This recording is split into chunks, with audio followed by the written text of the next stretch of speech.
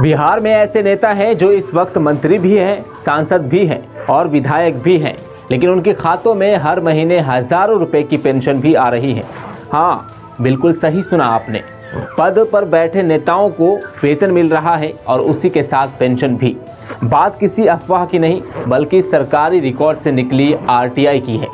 2 दिसंबर 2025 को सामने आई इस आरटीआई के मुताबिक बिहार और केंद्र सरकार में पद पर बैठे कुछ नेता एक साथ वेतन भी ले रहे हैं और पेंशन भी। सवाल सिर्फ पैसों का नहीं, सवाल सिस्टम और नियमों का है। अब ज़रा यहाँ रुककर सोचिए, नेताजी मंत्री भी हैं, सांसद भी हैं और विधायक भी, और फिर भी हर महीने पेंशन ले रहे हैं। अब अपनी हालत से तुलना करिए, आपको कितनी पेंशन मिलती है, और अगर आपकी नौकरी चल रही हो और उसी दौरान पेंशन आपके खाते में आ जाए तो क्या होगा। नोटिस आएगा, पूछताछ होगी और गलती न होने पर जवाब भी आपको ही देना पड़ेगा।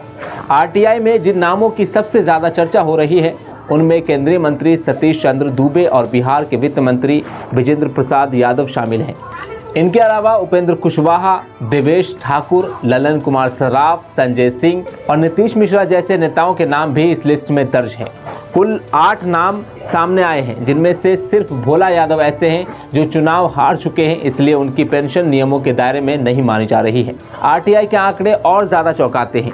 कहीं 10,000 रुपये महीना तो कहीं 86,000 रुपये तक की पेंशन दर्ज है। सतीश चंद्र दूबे के नाम पर करीब 59,000 रुपये हर महीने पेंशन दर्ज की गई है। विजेंद्र प्रसाद यादव के नाम पर 2005 से पेंशन बताई जा रही है।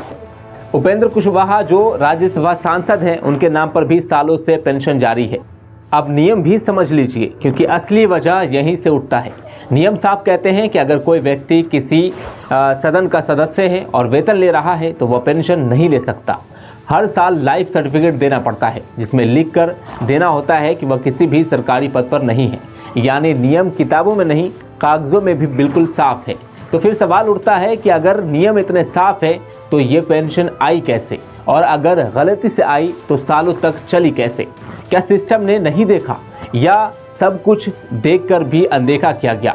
पटना हाई कोर्ट के सीनियर वकील सर्वदेव सिंह इस मामले को गंभीर मानते हैं। उनका कहना है कि पद पर रहते हुए पेंशन लेना नियमों का उल्लंघन है और इसे आर्थिक गड़बड़ी के तौर पर भी देखा जा सकता है। हालांकि जब मीडिया ने नेताओं से सवाल किए तो ज़्यादातर नेता फ़ोन उठाने से परहेज़ किया। कुछ नेताओं ने कहा कि जानकारी अधूरी है, कुछ ने कहा कि अगर गलती से पेंशन आई होगी तो वो लौटा देंगे। नीतीश मिश्रा का कहना है कि उन्होंने सिर्फ 1 महीने की पेंशन ली थी, वो भी तब जब वो किसी सदन के सदस्य नहीं थे।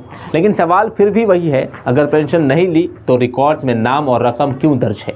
ये पूरा मामला ऐसे वक्त में सामने आया जब बिहार में नीतीश कुमार के नेतृत्व में नई एनडीए सरकार बनी।